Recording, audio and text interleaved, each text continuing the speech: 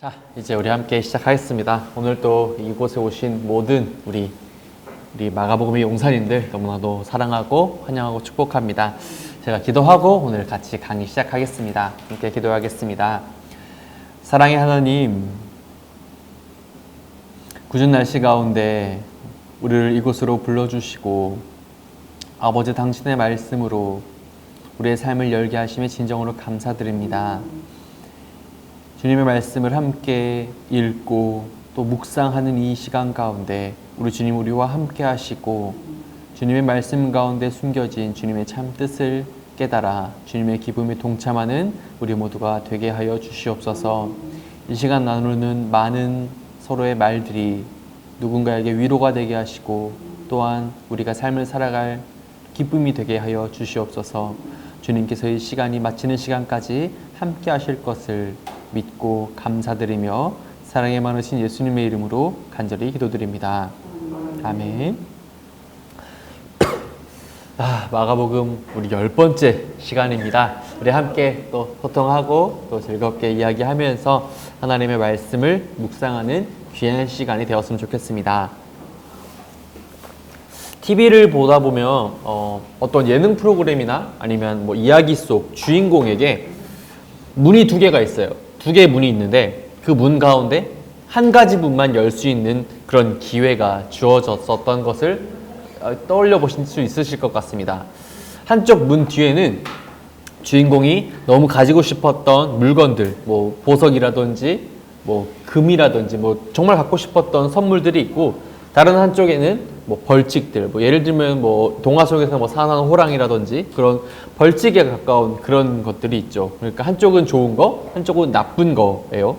주인공 앞에 있는 이 두 문은 모두 똑같이 생겨서 어떤 문 뒤에 내가 가지고 싶은 그런 선물들이 있는지 알 수 없습니다. 주인공은 당연히 상품이 있는, 그러니까 좋은 것을 갖고 싶어 하겠죠. 이렇게 사람이라면 누구나, 정말 누구든지 뭐 고난보다는 기쁨을, 그리고 고통보다는 즐거움과 행복을 기대하는 주인공의 이 마음을 당연히 이해하실 수 있으실 것입니다. 우리도 정말 이 주인공처럼 두 가지 문을 열 수 있는데 한쪽에는 기쁨과 한쪽에는 슬픔이 있다면 당연히 누구라도 기쁨이 기다리고 있는 그 문을 선택하지 않겠습니까? 슬픔보다는 또 고난보다는 기쁨과 행복이 있기를 당연히 기대하겠죠. 하지만 고난이 없이는 기쁨을 누릴 수 없다면 그때는 우리 여러분들 어떻게 하시겠습니까? 우리가 이 땅에서 예수님의 제자로, 그러니까 그리스도인으로서 살려고 할 때 우리에게 방해가 되는 것들이 참 많이 있습니다. 뭐 부담을 주는 것들도 많이 있는 것 같아요. 어떤 것들이 있을까요? 오늘 이 교재를 보니까 뭐 친구들이 이해해주지 못하는 그런 경우도 있을 거고요. 아니면 하나님께 헌금을 해야 하는 거에 있어서 경제적인 손실을 또 누군가 이야기할 수 있을 거고요. 또 그것도 아니면 누군가는 가족들의 반대가 있을 수도 있을 것입니다. 때로는 내가 예수님을 믿고 따라가겠다 결단을 했지만 중간에 포기하지 않을까 하는 두려움들이 우리가 예수님의 제자로 살아가는데 걸림돌이 되는 것 같기도 합니다. 세상과 다르게 살아야 한다는 이런 생각에 모든 것을 우리가 내려놓고 포기해야 한다는 부담감이 무겁게 느껴지시는 분들도 있으실 것 같습니다. 이번과 마가복음 10과에서는 고난과 영광, 오늘 10과의 제목이죠. 그러니까 우리들의 연약함과 하나님의 위대하신 능력을 함께 놓고 살펴보려고 합니다. 하나님의 능력이 우리의 연약함과 어떤 관계가 있는지 함께 생각을 해보시면서 오늘 본문 말씀 9장 2절부터 32절까지의 말씀을 한 절씩 읽어보겠습니다. 말씀을 좀 밑줄도 그어가시며 또 적어가시며 함께 읽어보았으면 좋겠습니다. 제가 먼저 2절부터 읽겠습니다. 엿새 후에 예수께서 베드로와 야고보와 요한을 데리시고 따로 높은 산에 올라가셨더니 그들 앞에서 변형되사 그 옷이 광채가 나며 세상에서 빨래하는 자가 그렇게 희게 할 수 없을 만큼 매우 희어졌더라. 이에 엘리야가 모세와 함께 그들에게 나타나 예수와 더불어 말하거늘 베드로가 예수께 구하되 라삐여 우리가 여기 있는 것이 좋사오니 우리가 초막셋을 짓되 하나는 주를 위하여 하나는 엘리야를 위하여 하사이다 하니 이는 그들이 몹시 무서워하므로 그가 무슨 말을 할지 알지 못함이더라. 마침 구름이 와서 그들을 덮으며 구름 속에서 소리가 나되 이는 내 사랑하는 아들이니 너희는 그의 말을 들으라 하는지라. 문득 둘러보니 아무도 보이지 아니하고 오직 예수와 자기들 뿐이었더라. 그들이 산에서 내려올 때에 예수께서 경고하시되 인자가 죽은 자 가운데서 살아날 때까지 본 것을 아무에게도 이르지 말라 하시니 그들이 이 말씀을 마음에 두며 서로 문의하되 죽은 자 가운데서 살아나는 것이 무엇일까 하고 이에 예수께 묻자와 이르되 어찌하여 서기관들이 엘리야가 먼저 와야 하리까 하나이까. 이르시되 엘리야가 과연 먼저 와서 모든 것을 회복하거니와 어찌 인자에 대하여 기록하기를 많은 고난을 받고 멸시를 당하리라 하였느냐. 그러나 내가 너희에게 이르노니 엘리야가 왔은데 기록된 바와 같이 사람들이 함부로 대우하였느니라 하시니라. 이에 그들이 제자들에게 와서 보니 큰 무리가 그들을 둘러싸고 서기관들이 그들과 더불어 변론하고 있더라. 온 무리가 곧 문안하거늘 예수께서 물으시되 너희가 무엇을 그들과 변론하느냐. 무리 중에 하나가 대답하되 선생님 말 못하게 귀신 들린 내 아들을 선생님께 데려왔나이다. 귀신이 어디서든지 그를 잡으면 거꾸러져 거품을 흘리고 이를 갈며 그리고 팔이 해지는지라. 내가 선생님의 제자들에게 내쫓아 달라 하였으나 그들이 능히 하지 못하더이다. 대답하여 이르되 믿음이 없는 세대여 내가 얼마나 너희와 함께 있으며 얼마나 너희에게 참으리요. 그를 내게로 데려오라 하시매 이에 데리고 오니 귀신이 예수를 보고 곧 그 아이로 심히 경련을 일으키게 하는지라. 그가 땅에 엎드러져 구르며 거품을 흘리더라. 예수께서 그 아버지에게 물으시되 언제부터 이렇게 되었느냐 하시니 이르되 어릴 때부터니이다. 귀신이 그를 죽이려고 불과 물에 자주 던졌나이다. 그러나 무엇을 하실 수 있거든 우리를 불쌍히 여기사 도와주옵소서. 예수께서 이르시되 할 수 있거든이 무슨 말이냐. 믿는 자에게는 능히 하지 못할 일이 없느니라 하시니라. 곧 그 아이의 아버지가 소리를 질러 이르되 내가 믿나이다. 나의 믿음 없는 것을 도와주소서 하더라.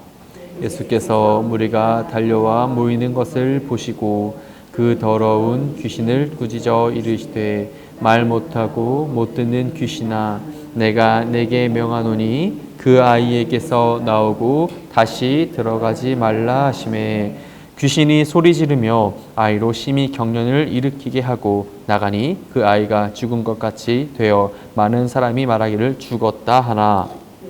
해서 그 손을 잡아 일으키시니 이에 일어서니라. 집에 들어가심에 제자들이 조용히 묻자오되 우리는 어찌하여 능히 그 귀신을 쫓아내지 못하였나이까.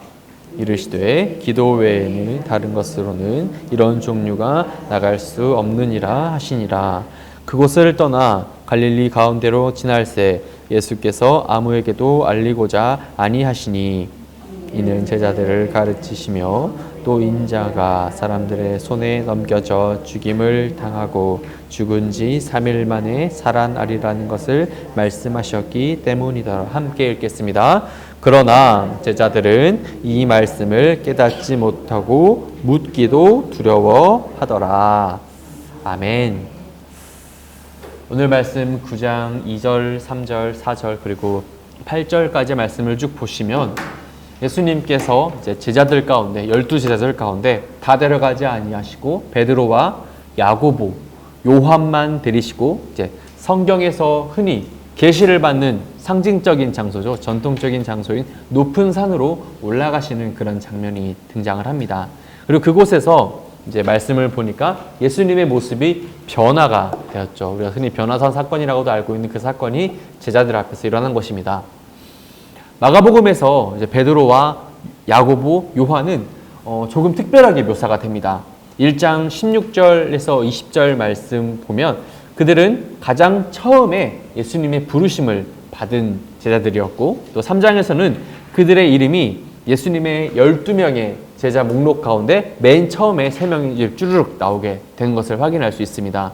또한 예수님께서 야이로의 죽은 딸을 살리려고 방에 들어가셨을 때 함께 들어간 제자들이 베드로와 야고보, 요한이었습니다. 이번에도 이 3명의 제자들이 예수님의 변화된 모습을 가장 먼저 보았던 것입니다. 순수하고 보다 밝은 본체로 변화되셨던 영광의 모습을, 영광의 본체를 본 것이죠. 그들은 예수님께서 말씀하신 것처럼 하나님의 음성을 듣고 예수님을 하나님의 유일하신 아들로 알게 된 것입니다. 이렇게 선별된 제자들은 이제 복음서를 읽고 있는 우리들과 또 악한 귀신들, 마가복음에서 많은 사람들이 알지 못하지만 귀신들은 알았던, 악한 귀신들만 알고 있었던 예수님에 관한 정보를 받는 첫 번째 예수님의 제자들이 되었습니다. 베드로가 지난 시간에 우리가 처음으로 예수님을 향하여서 그리스도라고 고백했던 것을 기억해 보시면 좋을 것 같습니다. 우리가 성경을 보다 보면 의문점이 들 수 있는 게 마가복음에서 특정한 때가 등장하지 않는다는 것입니다. 특정 시간이나 특정 날짜, 언제다라고 날짜와 시간을 말해주지 않습니다. 대부분의 사건들은 즉시라던가 아니면 그리고 이런 식으로 소개가 되고 있습니다. 그런데 변화산의 기사는 예수님께서 변하신 이 모습의 기사는 엿새 후에라는 말로 시작을 하게 되는 것을 볼 수 있습니다. 이렇게 구체적인 시간을 기록하는 것은 이 엿새 후가 어느 때를 떠올릴 수 있냐면 출애굽기에서 모세가 산에 올라가 하나님을 뵙기 전 6일 동안의 준비를 떠오르게 하는 것입니다. 출애굽기 24장에 기록되어 있었던 부분이죠. 예수님의 이러한 모습의 변화가 모세가 시내산에서 올라감과 내려옴과 상당히 유사하다는 것을 기억하시면서 오늘 말씀을 함께 살펴보았으면 좋겠습니다. 베드로는 예수님을 향하여서 그리스도라고 고백을 합니다. 그랬더니 예수님께서 어떻게 말씀을 하셨습니까? 베드로의 그 고백을 듣고 나서 바로 이어서 인자가, 즉 예수님이 당하실 고난과 십자가에서 일어난 일들에 대해서 설명을 하십니다. 예수님께서 산에 오르시고 변화하셨던 이 사건은 이 일, 베드로의 고백이 있은 뒤 7일째 일어났으며 예수님께서 말씀하셨던 이제 부활의 영광을, 다시 오실 이 부활의 영광을 이제 3명의 제자들이 미리 보았던 것이었던 것입니다. 3절 말씀을 보시면 예수님의 옷이 세상에서 빨래하는 사람이 그렇게 더 이상 희게할 수 없을 만큼 희게 되었다, 아주 희어졌다라는 말씀이 나옵니다. 흰 옷이 부활과 의로운 자를 나타내기에 예수님의 옷으로부터 나타내는 이 발산되는 이 비현실적인 하얀색이 부활을 나타냈던 것이었습니다. 그래서 예수님께서 9절 말씀에서 제자들과 함께 산에서 내려오시면서 부활을 언급하신 것입니다. 인자가 죽은 자 가운데서 살아날 때까지 너희가 본 것을 말하지 말아라 라고 이렇게 말씀을 해주셨던 본문을 확인할 수 있습니다. 그렇기 때문에 예수님의 이 변화산 사건은 예수님께서 당하셨던 이 고난이 예수님의 영광의 밑거름이 된다는 것을 확증하는 역할을 합니다.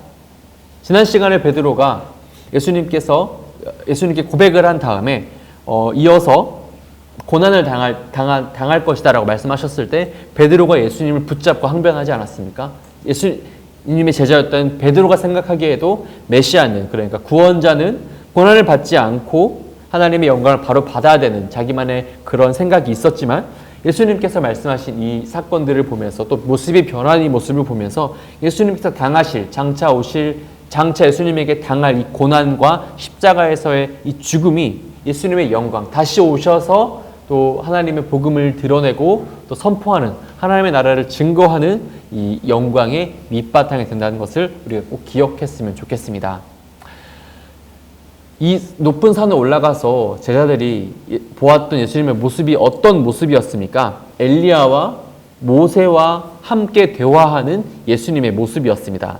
마가는 이 내용이 어떤 내용인지는 사실 드러내지는 않습니다. 아마도 이 말씀 속에서 우리가 유추할 수 있는 것은 모세는 율법을 대표하는 인물이고 또 엘리야는 선지자를 대표하는 인물이구나라고 우리가 생각할 수 있는 그것뿐이었습니다. 마치 예수님과 모세와 엘리야, 구약과 신약의 인물들이 만나서 우리의 느낌으로 말하면 무슨 정상회담 같은 그런 느낌처럼 이 모임의 모습이 예수님의 가르치심과 예수님의 모든 행위에 대한 권위를 더해주고 있는 것입니다. 또 마가는 한 가지를 분명하게 밝히는데요. 그게 뭐냐면 9장 6절 말씀을 함께 같이 읽겠습니다. 9장 6절입니다. 이는 그들이 몹시 무서워함으로 알지 못함이더라. 베드로가, 그러니까 이제 예수님의 제자들이 그 장면을 보고 몹시 무서워해서 자기가 무슨 말을 하고 있는지 제대로 알지 못하고 있었습니다. 라고 마가가 밑에 전제해 놓고 있었던 것입니다. 이러한 설명은 베드로가 예수님의 이 변하신 모습을 보고 마음속에 품고 있는 것이 무엇이든지 그의 생각이 옳지 않았다라는 사실을 우리에게 알려주고 있는 장치였습니다. 베드로가 뭐라 말했습니까? 세계의 초막을 짓겠다라고 합니다. 이 제안이 엘리야와 모세와 예수님을 받들어 모시고자 하는 그의 바람이었다면 베드로는 예수님을 엘리야와 모세와 같은 선상에 동등한 자리에 두는 오류를 범한 것이었습니다. 예수님의 실질적인 신분을 인식하지 못한 것이죠. 근데 되게 아이러니하지 않습니까? 바로 이전에 베드로가 주는 그리스도시요 살아계신 하나님의 아들이라 고백을 했는데도 이렇게 또 똑같이 초막을 짓겠다라고 했으니까 말입니다. 예수님은 이제 예수님의 고난과 죽음에 대해서 굉장히 분명하게 말씀을 해주십니다. 이제 하나님의 아들에 관해서 명백하게 설명을 하시죠. 7절 말씀을 우리 같이 함께 보시겠습니다. 마침 구름이 와서 그들을 덮으며 구름 속에서 소리가 나되 이는 내 사랑하는 아들이니 너희는 그의 말을 들으라 하는지라. 아멘. 구름으로부터 들려온 이 음성은 예수님 옆에서 가만히 말을 하지 않고 있었던 엘리야나 모세보다 더 높은 권위를 드러냈으며 이는 예전에 베드로의 고백이 정확했음을 확증합니다. 주는 그리스도시요 살아계신 하나님의 아들이십니다. 라는 베드로의 고백처럼 이것이 똑같이 이루어진 것이죠. 구름으로부터 들려왔던 음성은 무엇이라 말합니까? 예수님을 바라보라 하지 않고 그의 말을, 그가 하는 말을 들어라 라고 말하고 있습니다. 그런데 예수님은 그 이어서 아무 말씀도 하지 않으셨어요. 예수님은 인자가 많은 고난을 받아야 한다라고 바로 이전에 말씀하신 적이 있으십니다. 12절에서 인자가 많은 고난을 받고 멸시를 당할 것이라는 사실이 기록되어 있다라고 선언하셨을 뿐입니다. 예수님의 태어나심과 또 하나님의 영광으로 옷을 입으심과 그리고 구약의 위대한 성인들의 대화들 그리고 하나님의 음성에 대한 선언은 베드로가 걱정했던 것처럼 메시아로서의 고난과 또 하나님의 아들로서 비춰진 이 인물에 대한 고난에 대한 염려들을 다 해소시켜 주었을 것입니다. 그런데 산에서 내려오실 때 예수님은 이제 인자가 죽은 자 가운데에서 부활할 때까지 보고 들은 것에 관해서 말하지 말아라, 침묵해라 라고 제자들에게 말씀하십니다. 예수님이 고난을 당해야 한다는 이 예수님의 가르치심이 사실 제자들에게는 아직 충분히 이해가 되지 않았을 거예요. 납득이 되지 않았을 것입니다. 왜냐하면 자신들의 선생님이고 또 하나님의 아들이라 믿고 있었던 예수님이 또 고난을 당하는 것, 또 공격당하는 것에 대해서 이해가 되지 않았던 것이죠. 그것이 왜 이제 예수님께서 제자들에게 침묵을 지키라고 지시하는지를 설명해 주는 것입니다. 예수님의 제자들은 아직도 예수님의 그 진정한 말씀에 귀를 기울이지 않았던 것이죠. 율법 교사들, 여전히 사회 통념적인 그런 이념과 또 율법 교사와 그들의 개개인의 의견들을, 그러니까 각기 자기 소견에 맞는 그 의견에 귀를 기울이고 있었던 것입니다. 제자들은 또 부활에 관하여서 이 부분이 좀 상당히 좀 이해하기가 조금 어려울 수도 있는데 부활에 관해서 서로 논의를 하다가 엘리야의 재림에 관해서 예수님께 보았습니다. 말씀을 통해서 보니까 예수님께서 이제 엘리야의 재림에 대해서 설명을 하시다가 이 설명이 서기관들이 그동안 얘기했던 그 가르침들과 일치하는 것처럼 보일 수 있습니다. 엘리야가 와야 된다라고 서기관들도 얘기했기 때문입니다. 그런데 예수님은 어떻게 설명을 하시냐면 서기관들이 이미 엘리야가 와야 한다라고 말을 했지만 예수님은 엘리야가 이미 왔다라는 선포를 통해서 서기관들과 분명히 방향을 바꿔주신 것을 확인할 수 있습니다. 12절에 등장하는 예수님의 대답을 잘 살펴보시기 바랍니다. 12절 말씀이 이렇게 되어 있습니다. 이르시되 엘리야가 과연 먼저 와서 모든 것을 회복하거니와 어찌 인자에 대하여 기록하기를 많은 고난을 받고 멸시를 당하리라 하였느냐. 이 말씀은 사실 그 당시 세대의 많은 사람들의 마음이 이미 너무 완고한 것을 드러내시는 대답이었습니다. 힘 있는 자들이 복음을 받지 않습니다. 하나님의 음성을 듣지 않았어요. 사탄의 관계가 너무나 판을 치고 있었을 때였습니다. 세례 요한이 등장했을 때 우리가 마가복음 1강에서 세례 요한이 등장했을 때 그가 엘리야로 그려졌던 모습을 떠올려 보실 수 있으실 것입니다. 또 세례 요한이 헤로디아에게 미움을 사서 감옥에 갇히고 사형을 당하고 결국 장사되었죠. 복음을 선포하는 자들이 모두 승리하고 하나님의 영광을 드러내기를 많은 사람들이 원하고 또 기대하고 고대하지만 그러한 기대들은 완전히 예상 밖의 방법으로 이 기대가 실현이 되었습니다. 고난을 통해서 쓰러진 것처럼 넘어진 것처럼 보였지만 이 쓰러짐을 통해서 하나님의 영광이 그 위에 쌓였던 것이죠. 제자들은 예수님이 옳은지 아직도 확신을 갖지 못합니다. 메시아가 어떻게 거절을 당하고 사람들에게 놀림을 받고 고난을 당할 수 있을까? 이런 자기들의 생각들, 개개인의 의견에 예수님을 가뒀어요. 고난이 영광으로 바뀌는 것을 예수님은 직접 보여주십니다. 제자들이 예수님을 가뒀지만 예수님은 그 틀에 갇히지 않으시고 그 틀을 뛰어넘으신 채로 이제 고난이 영광으로 바뀌는 것을 몸소 보여주셨던 것이죠. 이제 이 변화산 사건 이후에 이제 예수님의 축사 사건, 이제 축복을 내리는 그런 사건이 나타납니다. 마가복음에서 마지막 축사 사건인데요. 이 단락은 총 4개의 장면으로 구성이 되어 있습니다. 우리가 이제 이것을 14절부터 32절까지의 말씀을 우리 함께 보시면서 이제 두 번째 사항인데 함께 보시면서 이제 살펴보았으면 좋겠습니다. 14절부터 19절에서는 많은 사람들이 아무것도 하지 못하는 제자들의 주변으로 모여든 것으로 이제 시작을 해서 이제 제자들과 논쟁을 하고 이것이 믿음이 없는 세대와 또 제자들에 대한 예수님의 탄식으로 이어진다는 것을 확인할 수 있습니다.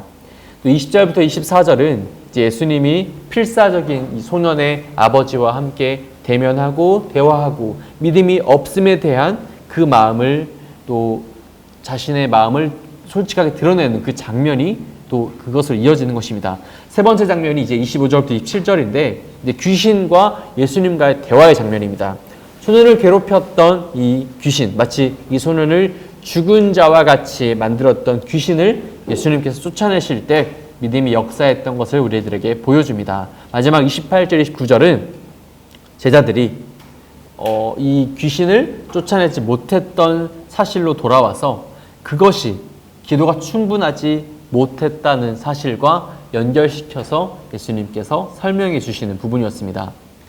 예수님께서 산에서 내려오셨을 때, 그러니까 변화산 사건을 마치시고 내려오셨을 때 많은 군중들이 놀라면서 예수님께 달려와 문안했을 것입니다. 아마도 구름으로부터 왔었던 이 소리를 땅에 있었던 사람들도 들었던 모양이죠.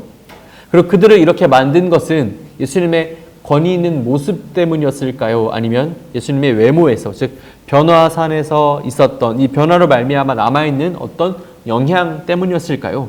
마가는 우리에게 사실 그 이유를 알려주지는 않습니다. 다만 제자들의 실패한 모습들, 예수님의 이 화려한 모습과 동시간대에 있었던 제자들의 실패에 집중하게 했습니다.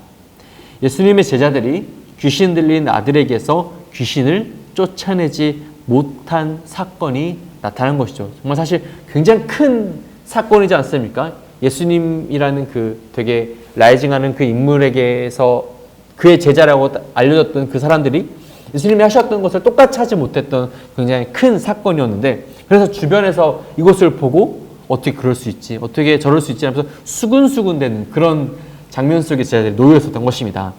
이 시끄러운 논쟁은 예수님의 말씀을 끝이 나요. 19절 말씀을 보니까 믿음이 없는 세대여 내가 얼마나 너희와 함께 있으며 얼마나 너희에게 참으리요 라고 합니다.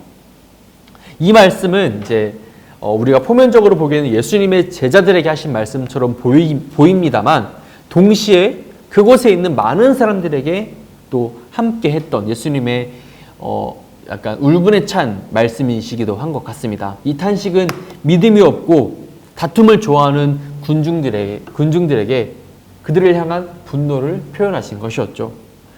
예수님께서 나사렛에 가셨을 때 나사렛 사람들, 예수님의 고향 사람들이지 않습니까? 그들의 불신앙으로 인해서 그곳에서 아무런 능력도 행하지 않으시고 그곳을 떠나셨습니다. 이제 군중들과 제자들의 믿음의 결핍이 아무런 일도 하지 못하게 만들어 버린 거죠.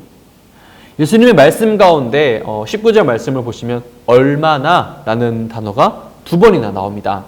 이게 사실 언제까지 내가 너희와 함께 있어야 하겠느냐라는 이 말씀이 어설픈 제자들에게 너희들은 자격이 없어, 이렇게 자격 없음을 말하는 것이 아니었습니다.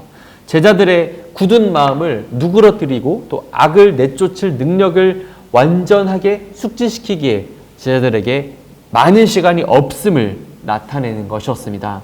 예수님은 곧, 우리가 말씀을 읽어서 알지만 곧 하늘로 올라가시지 않습니까? 제자들과 영원히 함께 하지 못하실 것입니다. 그들이 언제 완전하게 예수님의 제자로 거듭날 수 있었겠습니까? 예수님의 제자들의 무능력과 군중들의 불신앙에 직면하신 예수님은 이것을 포기하지 않으시고 그 즉시 이 상황을 이제 바로 잡아주시기 위해서 그 다음 행동을 취해 주셨습니다. 아이를 예수님께 데려오고 이제 모든 사람들이 아이와 아이의 아버지 그리고 예수님을 주목합니다. 그곳에 있었던 예수님의 제자들도 예수님이 어떻게 하시는지를 분명히 주목하고 있었을 거예요. 예수님은 아이에게 직접적으로, 그러니까 귀신과 대화하지 않으시고 아이의 아버지에게 먼저 물어보십니다. 언제부터 이 아이가 이렇게 되었습니까? 예수님은 믿음을 요구하신 것이죠. 무엇이든지 하실 수 있으면 도와주십시오 라는 이 아버지의 이 말에 할 수 있거든이 무슨 말이냐, 믿는 자에게 능치 못할 일이 없다, 능히하지 못할 일이 없다 라고 답을 해주셨지 않습니까?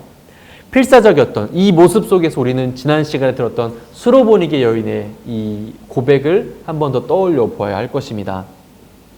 아이의 아버지는 만약 예수가 하실 수 있다면 어떤 일도 마다하지 않을 것이라는 사실을 의심하지는 않아요. 그런데 그러니까 예수님께서 이 치명적인 경우, 그러니까 아들이 굉장히 오랫동안 귀신에 들려서 이 어려움 가운데 있는 이 상황을 극복하실 수 있으실까 하는 확신까지는 도달하지 못했던 것이었습니다.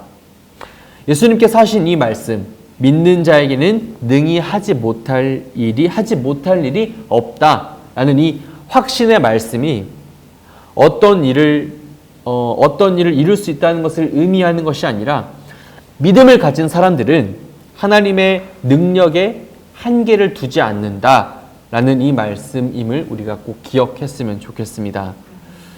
예수님은 사실 이 아이를 도와줄, 그러니까 이 아이에게서 귀신을 내쫓아 주실 분명한 능력을 가지고 계시지 않습니까?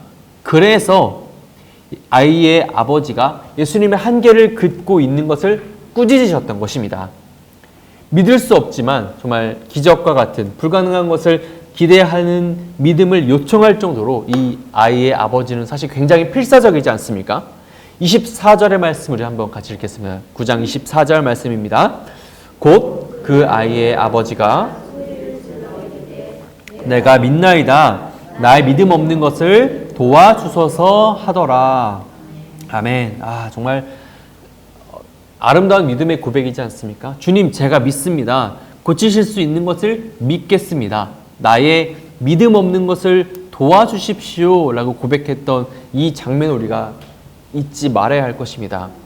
믿음 없는 것을 도와달라는 이 고백 속에 사실 아버지의, 이 아이 소년의 아버지의 여러 가지 감정들이 들어가 있음을 추측할 수 있지 않겠습니까? 믿음이 모자랐던 것, 또 확신할 수 없었던 것, 또 예수님께 꾸짖음 받은 그것이 민망하게 여겨질 수 있을 것입니다. 하지만 아들을 살릴 수만 있다면, 아들이 귀신에게서 해방될 수 있다면 사실 어떤 것도 상관없었던 거죠. 이 아버지가 이방인인지 유대인인지 나오지는 않지만 지난 시간 스로보니게 여인 확실히 이방인이지 않습니까? 이 여인과 같이 자녀를 향한 부모님의 이 믿음을 통해서 믿음을 드러내셨던 것처럼 유대인을 넘어선, 이제 이스라엘 사람들을 넘어선 모든 세대를 향한 하나님의 크신 사랑이 예수님과 스로보니게 여인, 예수님과 이 아이의 아버지를 통해서 나타내주고 있음을 우리는 잊지 말아야 하는 것입니다. 이제 이렇게 예수님께서 소년에게 말씀하시고 귀신이 드디어 나가게 되죠. 25절부터 27절의 말씀인데요. 다시는 이 아이에게서 들어가지 말라라는 명령을 하시면서 귀신과 싸우시는 예수님의 모습을 묘사하고 있습니다. 예수님은 야이로의 죽은 딸에게 하셨던 것처럼 아이의 손을 잡으시고 일으켜주세요. 소년에게 새로운 생명을, 새 삶을 허락하신 것입니다. 그렇게 자리를 떠나서 이제 제자들이 집에서, 그러니까 사적인 자리에서 다른 사람들 앞이 아닌 사적인 자리에서 자신들이 왜 실패했는지 이것을 반성하며 예수님께 물어봅니다. 아이가 살아난 후 이제 마가는 아이의 아버지의 반응이나 군중들의 반응에 대해서 언급을 하지 않죠. 바로 이 장면으로 넘어오는, 그러니까 집으로 장면이 바뀝니다. 이 장면을 통해서 예수님께서 제자들과 또 군중들에게 교훈을 주시는 그 모습만 집중이 되어 있는 것을 확인할 수 있습니다. 아이의 아버지 고백보다 이제 주고받는 과정을 통해서 믿음을 중요하게 나타내셨고, 또 제자들과의 대화를 통해서 이제 기도의 필요성을 강조하셨던 것입니다. 제자들이 예수님께 왜 우리들은 예수님처럼 이렇게 귀신을 쫓아내지 못했습니까? 라고 예수님께 묻자 예수님은 기도 외에는 다른 것으로 이러한 종류가 나갈 수 없다라고 답을 해주셨습니다. 제자들이 기도하지 않았기 때문에 실패했다라는 사실을 암시하고 있는 것입니다. 제자들은 이 아이에게서 귀신을 내쫓아내기 위해서 자기들끼리 또 대적자들과 수군거리는 사람들과 논쟁하는 데 너무 바빠 정작 중요한 기도를 하지 않았던 것이었습니다. 마가는 사실 성경 여러 곳에서 예수님께서 시간과 때를 정해놓고 기도하셨다라고 여러 곳에 기록을 합니다. 예수님께서 기도하려 홀로 계셨으나 제자들이 그 시간을 방해하는 장면으로 등장을 하죠. 또한 예수님께서 자기와 함께 기도하자 요구하셨을 때 제자들이 잠을 자버리는 일도 일어나고 합니다. 제자들의 이런 부정적인 사례들을 통해서 이제 스스로의 힘을 가지고 하려는 사람들에게 어떤 일들이 발생하는지를 읽는 우리에게 알게 합니다. 그리고 예수님의 기도를 통해서 나타난 사례를 가지고 믿음과 기도의 지배를 받는 삶만이 우리 삶을 지배하려는 악한 세력, 사탄과 마귀로부터 오는 위협을 이겨낸다는 명확한 사실을 드러내주고 있었던 것입니다. 오늘 우리가 함께 읽었던 이 말씀에 등장하는 소년의 아버지의 고통은 사실 오늘 살아가는 우리의 모습과 굉장히 유사한 것 같습니다. 도움을 받기 위해서 우리가 어디로 가야 될지 사실 모르고 염려와 또 걱정과 고민만 가지고 살아가고 있는 우리 모습이지 않습니까? 마가복음 9장에 등장했던 소년의 아버지는 사실 거의 모든 희망을 포기했던 지점까지 이르렀습니다. 그때 예수님께서 그에게 오셔서 또 믿음을 가져라. 믿음이 없음을 탓하시면서 믿음을 더 가져라 격려해 주셨죠.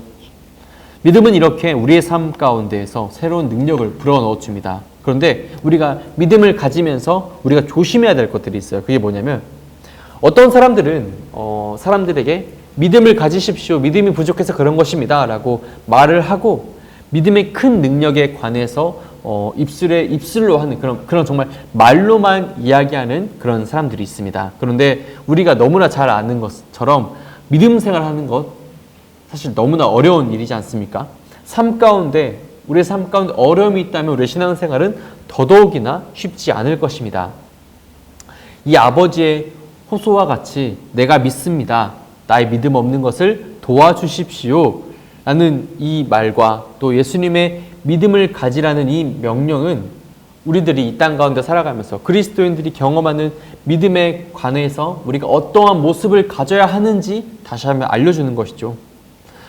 우리의 믿음은 사실 우리가 믿음을 가지는 것은 하나님께서 우리를 도와주심을 통해서 이어진다는 것을 꼭 기억하셨으면 좋겠습니다.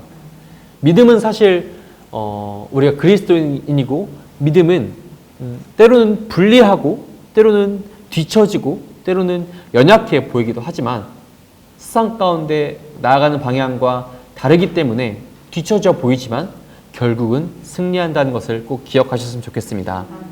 이 소년의 아버지는 예수님에게 사실 작은 믿음으로, 우리가 보기엔 큰 믿음이지만 예수님께서 보시기엔 작은 믿음으로 매달렸고 자기 믿음 적음을 도와달라고 요청을 했습니다. 어떤 학자가 믿음에 관해서 이렇게 얘기를 했어요. 3가지의 믿음이 있다고 합니다.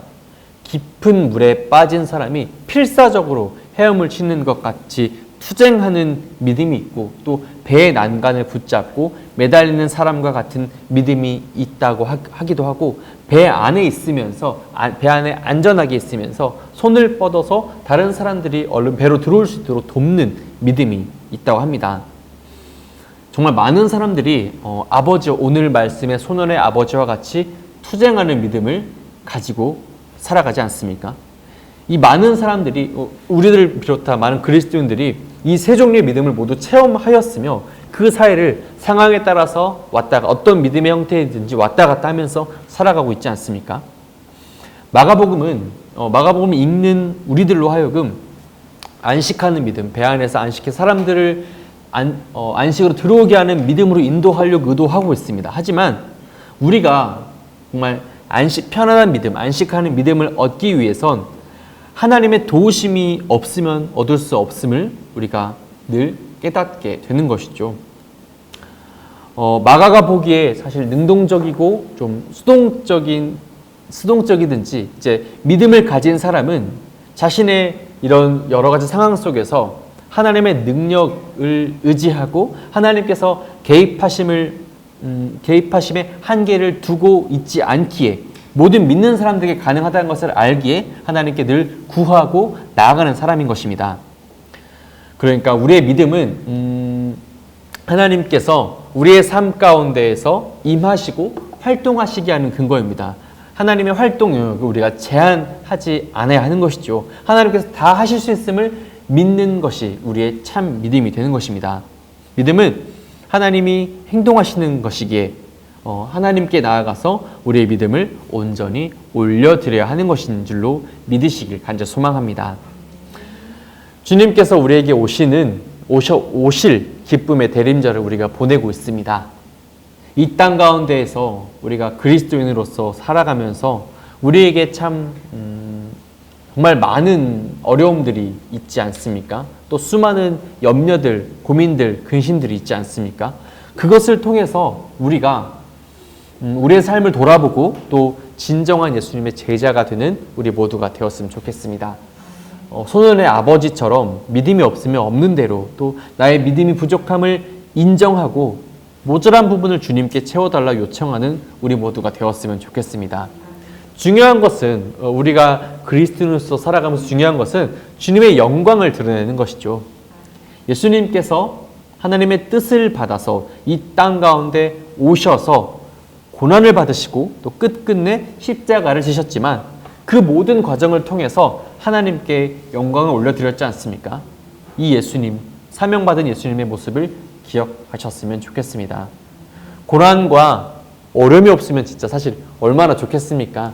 얼마나 좋겠어요. 하지만 우리의 삶은 그럴 수 없지 않습니까? 그렇기 때문에 우리는 우리를 찾아오는 고난과 염려, 어려움을 통해서 이것을 극복하고 우리의 믿음이 더 커지고 또 믿음의 지경이 넓어져서 하나님께 영광을 돌리는 삶을 살아가야 하는 것입니다.